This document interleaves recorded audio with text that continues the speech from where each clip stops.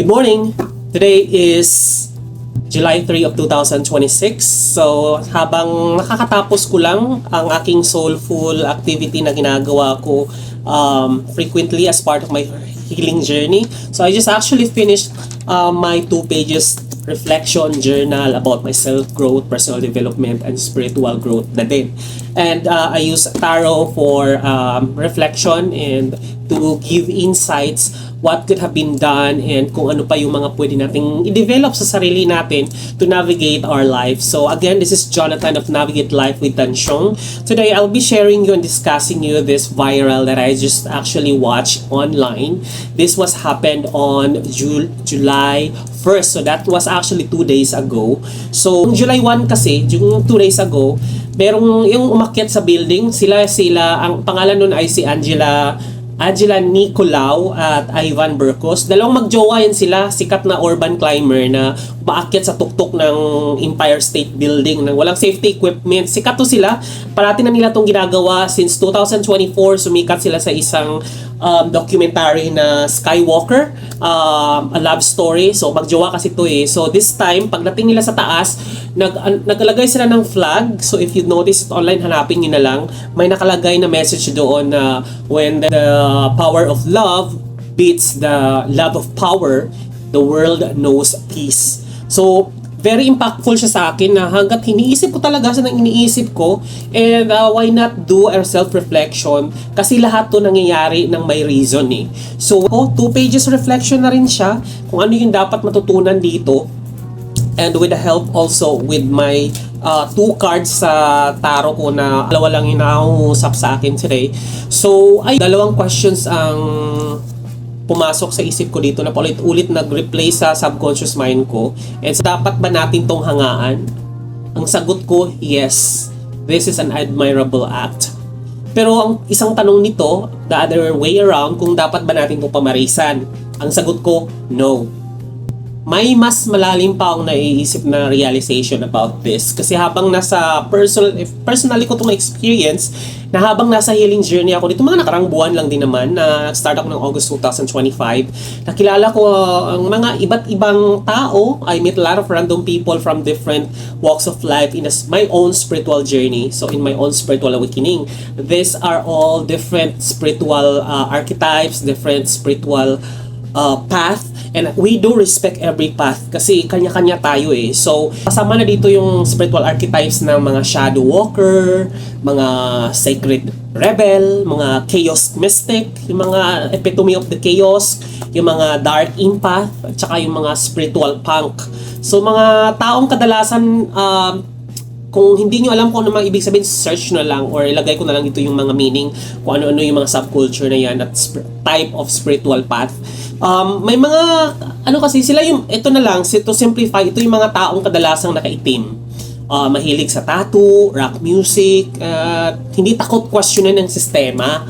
Madalas silang nami-misunderstood or mga napagkamalang mga, dark or di kaya evil. Sila yung mga madaling na misunderstood na mga religious people as bad, demonic, ganun ang unang tingin sa kanila.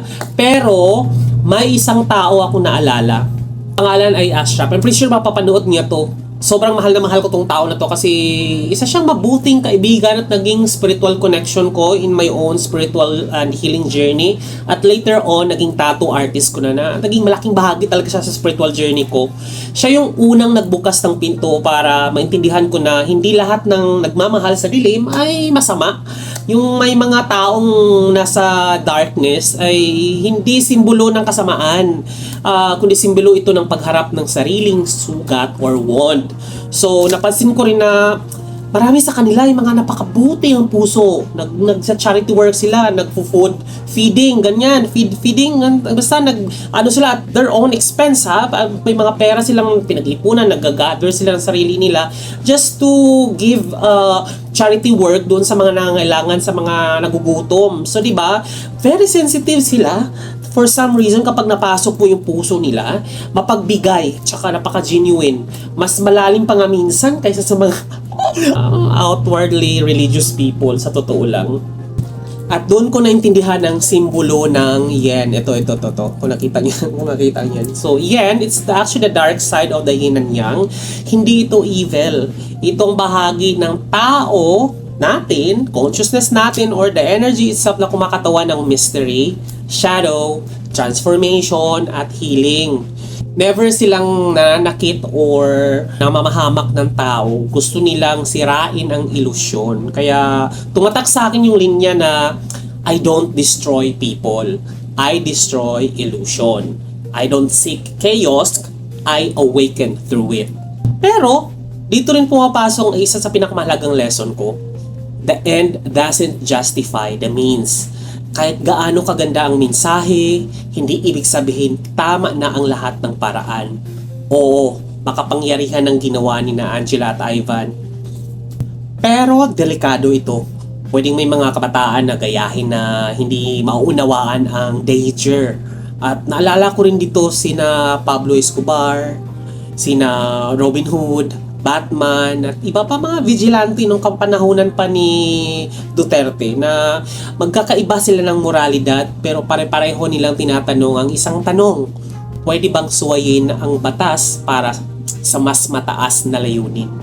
At wala talagang simpleng sagot. Ang natutunan ko rito ay, una, huwag nating husgahan ng tao based sa itsura. Sa tattoo o dark aesthetic, hindi lahat ng nasa dilim ay masama. Hindi lahat ng nakasuot ng black ay masama. Hindi rin lahat ng nasa liwanag ay mabuti. Tandaan nyo yan. Pangalawa, pwede nating hangaan ang mga mensahe ng hindi ginagaya ang mapanganib na paraan. At panghuli, ang tunay na sacred rebel na spirituality ay hindi naghahasik ng kaguluhan para lang maging iba. Ginagamit niya ang tapang para hamunin ang kasinungalingan, ang compassion para magpagaling ng sugat, at ang wisdom para malaman kung kailan lalaban at kung kailan pipiliin ang kapayapaan. Just like the hangman in the tarot. The hangman signifies na hindi siya tungkol sa pagiging stuck. Ang tunay na mensahe ay, bago ka humusga, subukan mo mulang tumingin mula sa ibang perspective. Maraming tao ang nakakakita sa ginawa nila Angela at Ivan bilang simpleng illegal stunt. Pero may iba namang nakakita bilang isang makapangyarihang artistic protest. Napaalala sa atin ng hangman ng tarot card na minsan ang wisdom ay nagsisimula kapag handa tayong baguhin ang ating point of view. Baliktaran man yan. So second is, the last one, dalawa lang naman siya. So itong Ace of Sword. Para sa akin, itong card na to, para siyang katotohanan. Pero ang espada ay may dalawang edge yan, dalawang talim, double edge ba?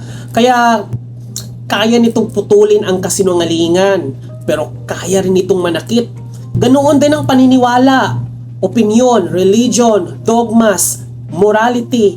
Ang parehong espada na ginagamit para ipaglaban ng hustisya ay maaari ring gamitin para makapanakit. Okay? Double edges nga siya eh. Kaya mahalaga rin na marinaw talaga dapat ang intensyon. Hindi lahat ng bagay ay black and white. Hindi lahat ng rebelde ay masama. Hindi rin lahat ng sumusunod sa batas ay tama.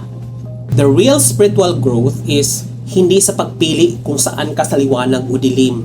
Dahil sa huli, hindi lahat ng kailangang baguhin ay kailangang sirain. At hindi lahat ng tahimik ay sumusunod. Minsan, pinakamatapang na rebelde ay ang taong pinipiling magpagaling kaysa manakit.